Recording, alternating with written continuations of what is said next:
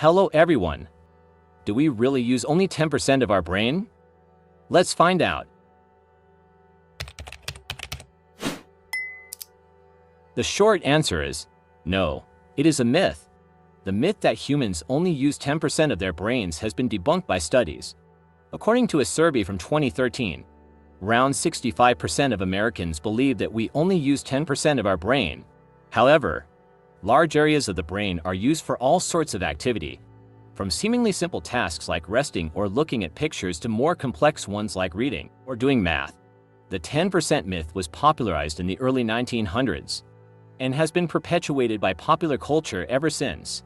However, research suggests that most of our brain is almost always active, even when we are performing simple actions or resting. If you enjoyed this journey through the neural wonderland, hit that like button, subscribe for more brainy content, and let us know in the comments what myth you want us to unravel next.